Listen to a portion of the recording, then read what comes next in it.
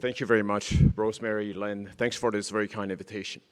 It's great to be part of this new session format. I'm accompanied here by my very close friend, Professor Yoshi Saiki. Obviously, Yoshi is not a mentee of mine, but he sent me several mentees to our unit over the years, more than 6 fellows have been several years in my division under Yoshi's leadership. So Yoshi, as you may know, is the current president of the Japanese AATS, so the JATS, and his meeting and coronation will be following King Charles III, and will be in October. And we're very delighted to have Yoshi with us, and I would like him to provide some comments as to how we can achieve futuristic multi-arterial coronary bypass grafting. So this is a video session. I have the following disclosures, and I do want to say the videos were crafted by a young recruit of ours, Hugo Issa, who's currently at the Cleveland Clinic and coming back to being recruited in Ottawa next summer. So first, we won't go over the evidence because this is a video session. Please accept that multi-arterial is at least as good as an all-vein or lethal plus vein operation. If we can agree on that, then I can show you the rest. I obviously think it is better, but at least, perhaps you could assume that it's at least as good, regardless of what you think. But the problem is that that's not the future. It's a great operation, 6 arterial grafts, wonderful. But to me, that is not the future. It's not, in 2050, are we going to be doing this? I'm not so sure. We might be doing this, however. This is some iteration of the future. This patient had 3 arterial grafts. And this patient as well, with an endoscopic radial. And this patient, not 3 arterial grafts, but a leader in 2 veins, 2 territories of the heart. And this patient as well. So you can see the utility of this operation. How do we get there? The second thing I would like you to accept is that OPCAB is an important passage. It's an obligatory passage, if you will, to become less invasive in coronary surgery. I know that there's been the Ruby trial, there's been this and that, but I'll come to that. If you don't have OPCAB masterly skilled in your unit and in your own toolbox, there's no way you can go from putting ice chips on the heart to being able to operate this patient in a non-sternotomy way. It's a little bit like, this is a picture of, I'm no sculptor, I'm no artist, but Auguste Rodin, you may have heard of him. He made the thinker, you know. And Rodin had special chisels and hammers that he was using. And if you were to give this to an amateur sculptor, that special chisel, you probably wouldn't get nicer sculptures out of it. So surgery is a craft. But off-pump surgery, if you want to get to the next level, it's an absolute necessity. You have to do it in your sleep. Because how are you going to do like non-sternotomy approaches without having those tools available?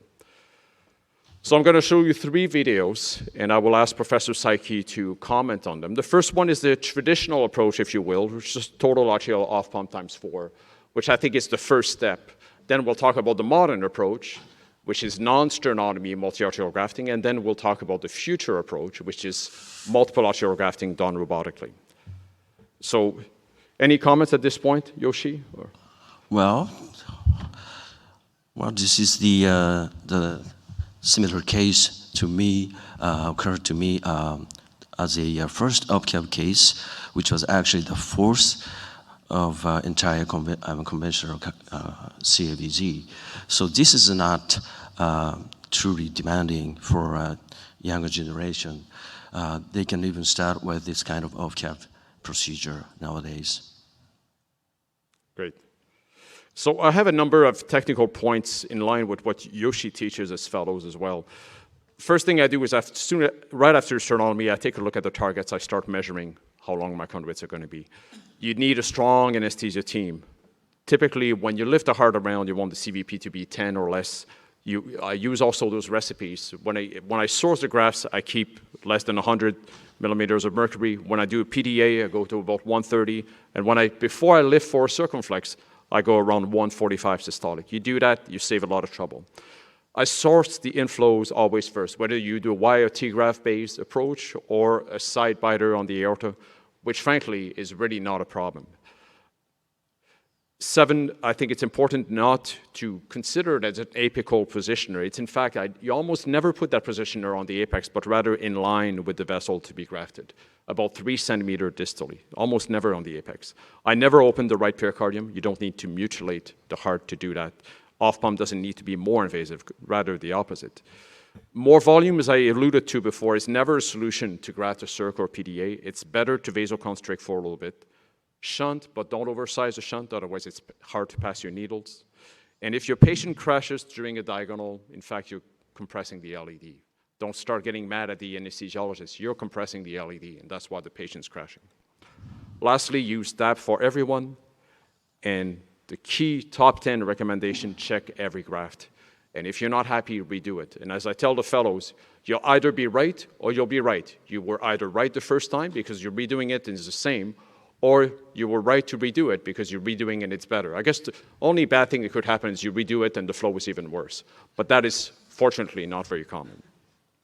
And on this, I would ask you to refer to this piece in Circulation, looking at transit time flow measurements in coronary surgery. That being said, this is the first iteration. This is the more traditional approach.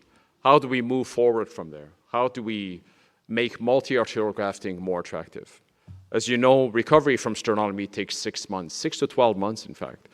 And 30%, if you were to CT scan all your sternotomy patients, 30% of the sternotomies are not healed. And there's multiple series that have shown this consistently. Because of that, society is willing to accept suboptimal results, such as stenting or not doing anything, to avoid major surgery like the one we're providing. So what would be a modernist approach? It would be multi-arterial mixed CABG without robot. You can do this even if you don't have a robot at your unit. And Yoshi has sent several of his fellows to learn this.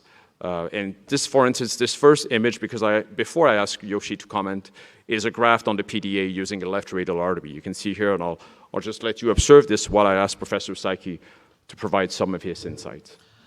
Well, when I had a chance to visit OR theater and then observe this type of grafting, I was amazed, to be honest with you, and I thought it was impossible. But as watching the case, I gradually got used to the scenery, and I found that this is something we can substantiate after step-by-step training. Thanks, Yoshi. So in this particular iteration, I find in North America it's not easy to get, without a robot, to get at the right internal thoracic artery. You can do it on a lean patient, but it's not reproducible. As you know, the robot mitigates obesity quite well because of the insufflation. But again, this is the modernist kind of low-cost approach, if you will, without a robot. It works really well. But you get 1 second arteriograph, if you will. You get a choice of 2 arteriographs. Typically, what I'll do is a endoscopic radial, and I put it either on the PDA or on the marginal, depending on which one I feel is the most important target. So here you've seen, essentially you're seeing there was a radial on the PDA, now you're seeing a vein graft on the marginal, and we'll finish with a lead onto the LED. Still a great operation, still according to the latest class 1 recommendations from the myocardial revascularization guidelines. And here the last of the 3 anastomoses, doing a lead to the LED. And these are recent cases, again, as David was showing from the last month or so. I call doing the lead to LED at the end, I call it dessert. It's basically, it's the time when you can finally relax and have your complete revascularization, have a little bit of fun and let the fellow do it. So very, very quickly, this was published in JACC last year, 10-year results of this operation in more than 510 patients with good outcomes. Unfortunately, 1 mortality in those patients. I remember the patient was going home and picked up his bags and probably dropped from a large PE. And overall survival with complete follow-up, at the time 6.1 years of 90% at 10 years.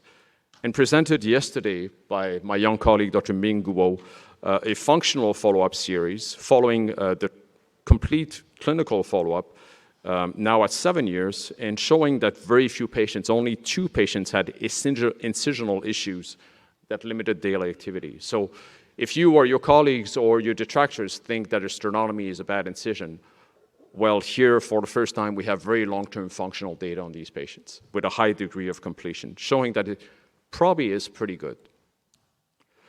Now, what's the future? Before we move on to that, Yoshi, any comments? Well, I believe that people tend to think that the bilateral ITA harvesting is something beyond the technical challenge.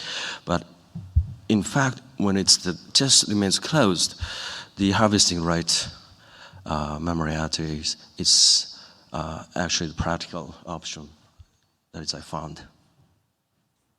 Thank you. This is now my favorite operation. We find that this operation is simple. There's something for everybody. Essentially, I start by taking down the Rita skeletonized in skeletonized fashion. It's not that easy to do. In fact, there's quite a learning curve to it. You think that taking down a Rita with a robot is easy. It's not. The upper part is very difficult, and if you don't go super high until you see the subclavian vein at the upper part of the Rita, you will not have it long enough to reach the LED. Why is that? Because you've been on one lung ventilation for 2 hours. Everything's shifted towards the left. So it's a bit of an artificial problem, but as you're grafting the LED, you're probably 3 more centimeters leftward than the heart will actually rest into position once you're back on 2-lung ventilation. So you really need that extra length. So I start with the Rita, take it all the way from the bifurcation to the subclavian vein, and then I do the same thing with the Lita afterwards. I like skeletonization. Perhaps it gives a little bit more length, this debate around that.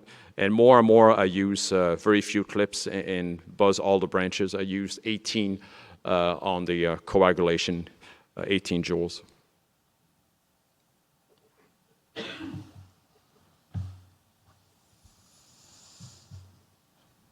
It's a bit of a problem in those videos, indeed. Can you advance to about half the video, please?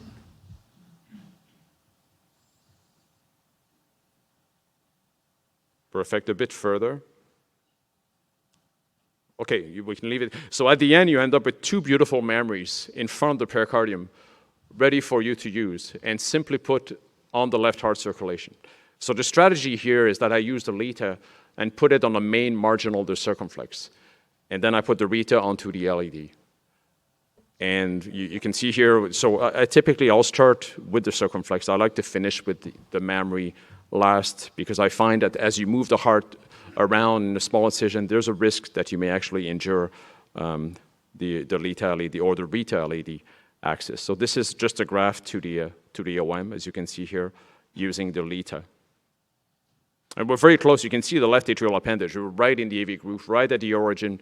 We can take that largest marginal wherever we want, and using the mixed CABG techniques that you would learn in the traditional approach.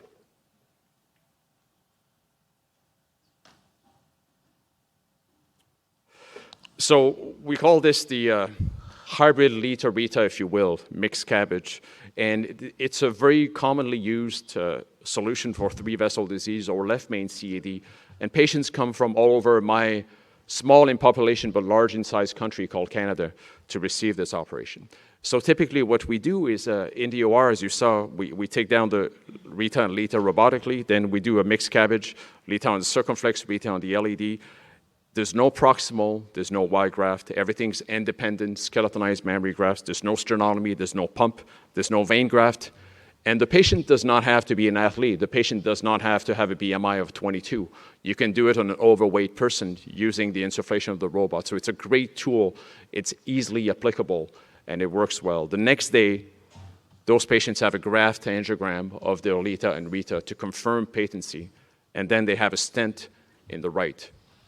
And I would argue that once you have 2 mammaries that are patent and you have a stent in the right and the left heart is supplied with 2 patent mammaries, not too many things are going to happen to this patient from a coronary artery disease point of view in the future. And we send them home the next day on post-op day 2. So this is now our favored iteration, if you will, in terms of providing futuristic multi-arterial revascularization. This is actually my last slide, I believe, and I would ask Professor Psyche to comment and perhaps provide the experience of your trainees who you have confided to a training for you.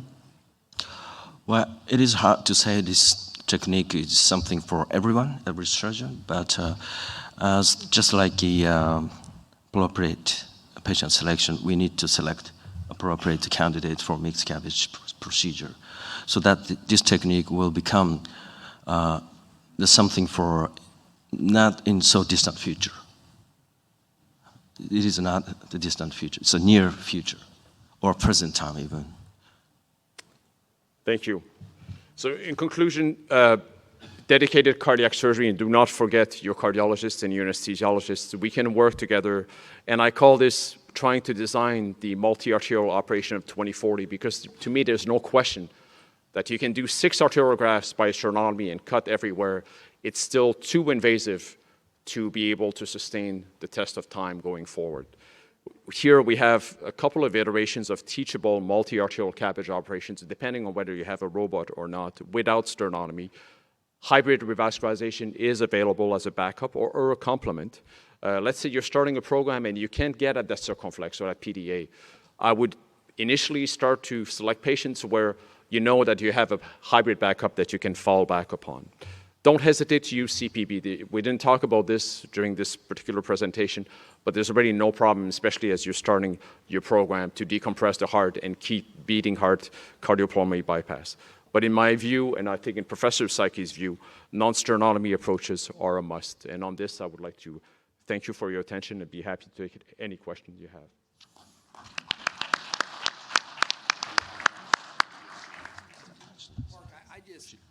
I gotta rise and make one comment, Mark. We can't be at the AATS and say 30% of patients have sternal separation and it takes 12 months to recover from a sternotomy that you showed me must have been made by an intern or a medical student, because none of us are making that incision to do something as simple as a coronary bypass operation. And I just think we have to do everything responsibly. I like all the comments about thoracotomies and scopes and all arterial, but yeah, sternotomy done in a modern way is not so morbid, and I'd be happy to go tit for tat with anybody in this room with our patients after 5 weeks, what their activity level is and how they've recovered. I think you got to save that for the cardiologist, because in a surgical audience, I'm not drinking that Kool-Aid. I think you got to do a safe, perfect sternotomy, and if you're worried about the bone, close it yourself. You're not going to have a 30% dehiscence rate and take 1 year to recover. Thanks, David. I think these data are supported by literature. I mean, we can agree to disagree. You may think sternotomy is the future. I don't think it is. Oh, no, it's not that it's the future, Mark. It's not that it's the future, but don't tell me 30-year-old papers with $1 of stainless steel wire with resonance closing incisions. That not today. We don't have, because again, remember, about 2/3 of cardiac surgery still gets done through holes. I mean, you need sternotomy too, and you got to learn how to do them correctly and close them correctly. That goes for all of us. Yeah. Unfortunately, what we do is so darn invasive, and we have to work together to make it less invasive. I think that is important. There's even a lot of supportive data around this. For instance, last October in Circulation, looking at the analysis of the Syntax trial according to pre-op mental and physical functioning, and patients who are not strong going in surgery don't come out strong. And the advantage of surgery in those patients, because of the invasion of surgery, is completely vanished. So I think there's many ways we can look at this. And I'm not saying sternotomy. I do a lot of sternotomies, and I do the majority of my cases by using sternotomy. But I think we also have to think outside of the box to see how we can avoid it. Drs. Rule and Psyche, thank you so much. I see a debate brewing for Toronto. I can see it. Thank you, guys. Thank you both very much.